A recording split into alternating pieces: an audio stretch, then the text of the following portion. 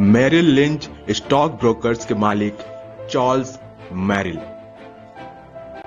Charles Merrill ने निवेश की दुनिया का नक्शा बदल कर रख दिया। उन्होंने मध्य वर्ग को शेयर बाजार के प्रति आकर्षित किया, जिसकी वजह से म्यूचुअल फंड लोकप्रिय हुए। आज हम शेयर बाजार में म्यूचुअल फंड के ना होने की कल्पना भी नहीं कर सकते, लेकिन एक वक्त ऐसा था जब हम आम आदमी खुद शेयर नहीं खरीद सकते थे और उस समय उसकी मदद करने के लिए म्यूचुअल फंड भी नहीं थे। 20वीं सदी की शुरुआत में सिर्फ मुट्ठी भर संपन्न लोग ही औद्योगिक क्रांति में निवेश के अवसर का फायदा उठा रहे थे और सारा लाभ भी पा रहे थे। सामान्य जनता को इसका ना तो ज्ञान था, ना ही इसके लाभ उठाने के अवसर थे। चार्ल्स मेरिल ने सोचा कि आम जनता को भी शेयर बाजार के सुनहरे अवसर का लाभ मिलना चाहिए। इसी विचार के आधार पर मेरिल ने जनवरी 1914 में अपनी कंपनी शुरू की और उनके दोस्त एडमंड लिंच जुलाई में उनके साझेदार बन गए। जब कंपनी का नाम मेरिल लिंच एंड कंपनी हो गया, मेरिल लिंच को चेन स्टोर की अवधारणा में विश्वास था और वे इसे अमेरिकी खरीदारी का भविष्य मानते थे। शुरुआत में उन्होंने चेन स्टोर्स के शेयर्स जनता तक पहुंचाने का बीड़ा उठाया। 1929 में विश्वव्यापी मंदी आ गई और अमेरिका का शेयर बाजार लुढ़क गया। बहरहाल इससे मेरिल या उनकी कंपनी का कोई नुकसान तो नहीं हुआ, क्योंकि 1928 में ही मेरिल ने अपने ग्राहकों को यह सलाह दे दी थी कि मंदी आने का खतरा दिख रहा है, इसलिए वे शेयर बाजार से बाहर निकल जाएं। मेरिल ने यह सटीक अनुमान लगा लिया था कि यह मंदी लंबी चलेगी, इसलिए उन्होंने अपने ग्राहकों को अकाउंट दूसरी ब्रोकर कंपनी के हवाले कर दिया और अपना पूरा समय रिटेल चेन को संभालने में लगाने लगे। मंदी के बाद मेरिल दोबारा वॉल स्ट्रीट लौटे और एक नई कंपनी बनाकर शेयरों को आम जनता तक पहुंचाने का काम करने लगे। उसी जमाने में बड़ी ब्रोकरेज कंपनियां छोटे निवेशकों को पसंद नहीं करती थीं, क्योंकि उन्हें शेयर बेचने में झंझट और लागत ज्यादा आती थी।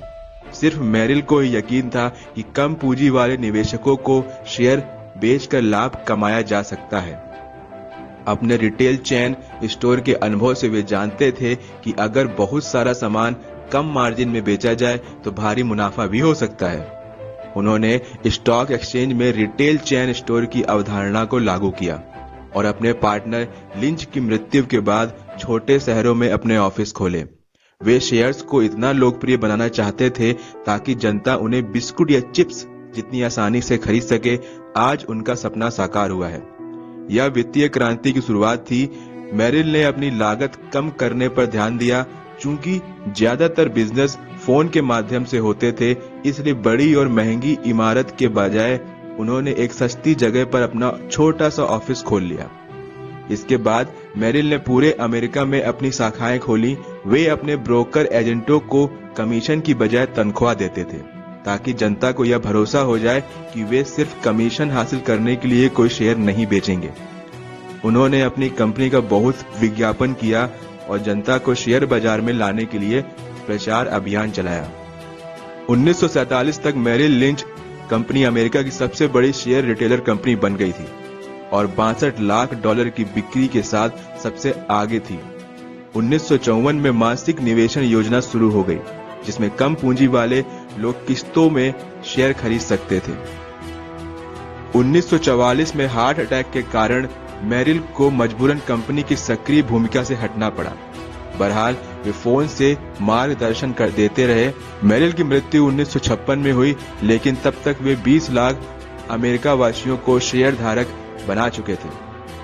चार्ल्स मेरिल शेयर बाजार की अवधारणा को वॉल स्ट्रीट के बंद दीवारों से निकालकर चौराहे पर ले आए। उनका मानना था कि अगर शेयर आसानी से उपलब्ध होंगे तो जनता उन्हें जरूर खरीदेगी। शेयरों को आम जनता तक पहुंचाकर वे अमेरिका के सबसे बड़े स्टॉक ब्रोकर बन गए।